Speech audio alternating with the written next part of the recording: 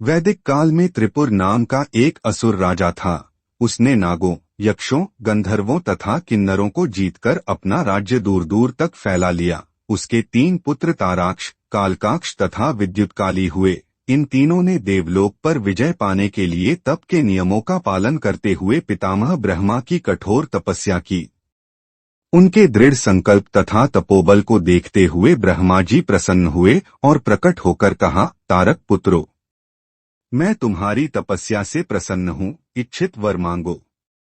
ब्रह्मा जी को साक्षात प्रकट हुआ देखकर तीनों ने उन्हें प्रणाम करके कहा, भगवान, यदि आप हमारी तपस्या से प्रसन्न हैं तो हमें ऐसा वर दीजिए कि हम तीनों अलग अलग पुर नगर बसाकर उस नगर समेत अंतरिक्ष आकाश तक किसी लोक में जहां चाहे भ्रमण कर सकें तथा जब तक वे नगर मिलकर एक न हो जाएं तथा एक ही बाण से कोई उन्हें बेध न दे, तब तक न तो वे नगर नष्ट हों, न नगरवासी और न ही हमारी मृत्यु हो। ब्रह्मा जी ने कहा, तथास्तु, ऐसा ही होगा। ऐसा कहकर ब्रह्मा जी अंतर्धान हो गए। ब्रह्मा जी से ऐसा वर पाकर वे तीनों दैत्य बड़े प्रसन्न हुए तथा अपने पिता त्रिपुरासुर को अपने वरदानी होने की बात बताकर असुरों के शिल्पी मय दानव को 3 पुर बनाने का आदेश दिया। मैंने अपने शिल्प तथा माया से 3 नगर, एक सोने का, एक चांदी का तथा एक लोहे का बनाया। तीनों पुर बन जाने पर एक पुर देवलोक, एक पुर मृत्युलोक और एक पुर पाताल लोक में उन तीनों पुत्रों ने स्थापित किए। तीनों पुरों का स्वामी हो जाने पर उनका पिता त्रिपुरासुर कहलाया। इस प्रकार तीनों दैत्यों ने अपने बल तथा मायावी कौशल से तीनों लोकों पर अपना अधिकार जमा लिया। युद्ध में उनका किसी प्रकार नाश नहीं हो सका था। वरदान के मद में चूर होकर वे तीनों लोकों में अत्याचार करने लगे। ऋषियों ब्राह्मणों के आश्रम नष्ट कर दिए गए। देवगण प्राण बचाकर इधर उधर छिपने लगे। त्रिपुरासुर तीनों लोकों में अपने वरदानी पुत्रों के साथ उत्पात मचाता रहा। उनके वरदानी नगर अभेद्य थे। जब बचने का कोई उपाय नहीं रहा तो ऋषि और देवता प्रजापति ब्रह्मा के पास गए और उन दैत्यों के उत्पात तथा अत्याचार की कहानी बताते हुए कहा कि असुरों की आदतों को जानते हुए भी आप इन्हें इस तरह का वरदान दे देते हैं कि हम सबका जीना और रहना दूभर हो जाता है। अब इस संकट से मुक्ति का उपाय भी बताएं। देवों ऋषियों का कष्ट सुनकर ब्रह्मा जी भी दुखी हुए और कहा, अपने दिए वर का फल मैं भुगत रहा हूँ। मेरे प्रति भी अपराध करने से वे चूक नहीं रहे हैं।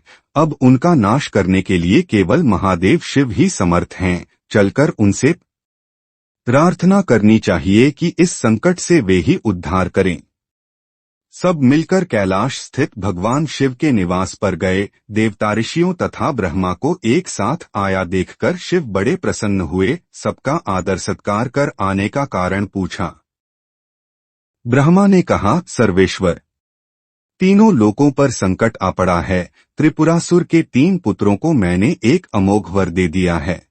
आपके सिवा कोई भी इस संकट से उद्धार नहीं कर सकता। उन तीनों पुरियों के एक साथ मिलने पर तथा एक ही बाण से उन्हें ध्वस्त करने पर इस संकट से मुक्ति मिलेगी।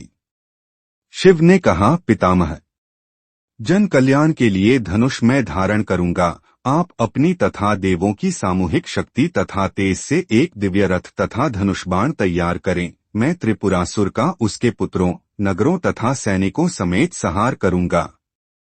ऋषिदेवता और ब्रह्मा यह सुनकर बड़े प्रसन्न हुए। देवशिल्पी विश्वकर्मा ने एक दिव्य रथ तैयार किया। विष्णु, चंद्रमा तथा अग्नि ने बाणों को अपना तेज दिया। वरुण, यम, कुबेर आदि लोकपालों ने रथ के अश्वों को अपनी शक्ति दी। अथर्वा, अंगिरा आदि ऋषियों ने रथचक्रों को अपना तेज दिया। वायु ने रथ को वेग शक्ति दी। इस प्रकार देवों तथा ऋषियों की सम्मिलित शक्ति तथा तपतेज से तैयार रथ पर भगवान शिव दिव्य धनुष बाण के साथ ब्रह्मादंड, रुद्रदंड तथा कालदंड लेकर बैठे। शिव ने कहा, अब इस रथ का सारथी कौन बनेगा? देवों ने कहा, देवेश्वर महादेव, आप आज्ञा दीजिए। जिसे कहेंगे वही सारथी बनेगा। वही त्रय देवों के आदिदेव प्रजापति ब्रह्मा जी रथ का सारथ्य स्वीकार करें। इन्हें ही पता है कि किस कौशल से रथ को कहाँ ले चलना है। देवों ने संपूर्ण लोकों के सृष्टा प्रजापति ब्रह्मा को शिव के रथ का सारथी बनाया। भगवान शिव का रथ आकाश मंडल में उड़ चला। शिव के प्रलयंकारी अस्त्रों शस्त्रों के प्रभाव से जब त्रिपासुर की तीनों। अगर आपको भगवान शिव जी की कथा अच्छी लगी है तो इसको लाइक करें और ज्यादा से ज्यादा शेयर करें, साथ में इस चैनल को सब्सक्राइब करें। धन्यवाद।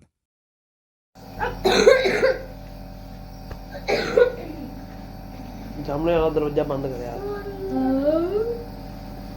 मैं क्या करने लगा था? कपड़े बदल। दरवाजा खोल। यार करो मत। फोन पिया मम्मा दा।